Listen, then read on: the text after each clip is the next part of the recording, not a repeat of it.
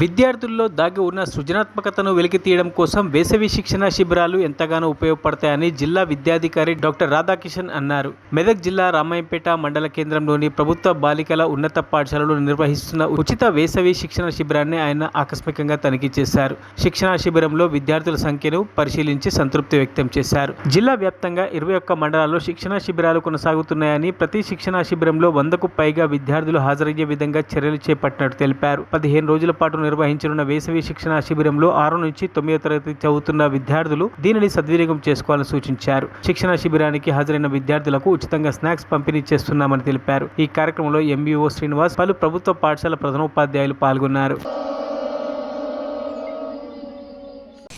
తెలంగాణ రాష్ట్ర ప్రభుత్వ ఆదేశాల మేరకు మన జిల్లాలోని మొత్తం 21 మండలాల లోపల మండలానికి ఒక సమ్మర్ క్యాంపును ఇవ్వడం జరిగింది. ఈ సమ్మర్ క్యాంప్లో భాగంగా 6 నుంచి 9వ తరగతి చదువుతున్నటువంటి పిల్లలందరూ కూడా మరి వారికి యోగా, ధ్యానం, తర్వాత పెయింటింగు, తర్వాత సాంగ్స్, స్టోరీ టెల్లింగు, డ్రాయింగు, కుట్లు, అల్లికలు, రకరకాల ట్రేడ్స్ మీద వీళ్ళకి శిక్షణ ఇవ్వడం జరుగుతుంది.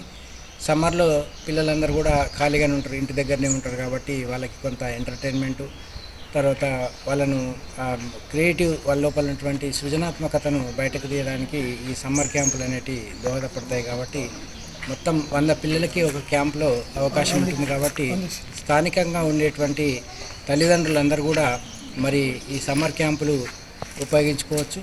పక్కన ఉన్నటువంటి ఊరు వాళ్ళు కూడా వాళ్ళు తీసుకెళ్ళడానికి ఇష్టం ఉన్న వాళ్ళు కూడా ఈ సమ్మర్ క్యాంపులను వినియోగించుకోవాలి.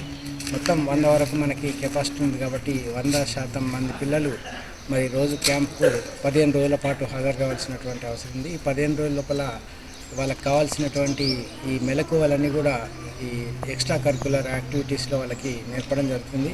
దీని ద్వారా వాళ్ళ జీవితంలో కొంత వాళ్ళకి ఈ ఎడ్యుకేషన్ కాకుండా అదర్ దాన్ ఎడ్యుకేషన్ అవేర్నెస్ కూడా ఇవ్వడం అనేది జరుగుతుంది. కాబట్టి ఈ క్యాంపును ఇక్కడ ఉండేటువంటి తల్లిదండ్రులందరూ కూడా సద్వినియోగం చేసుకోవాలని చెప్పి కోరుతున్నాను. Thank you sir.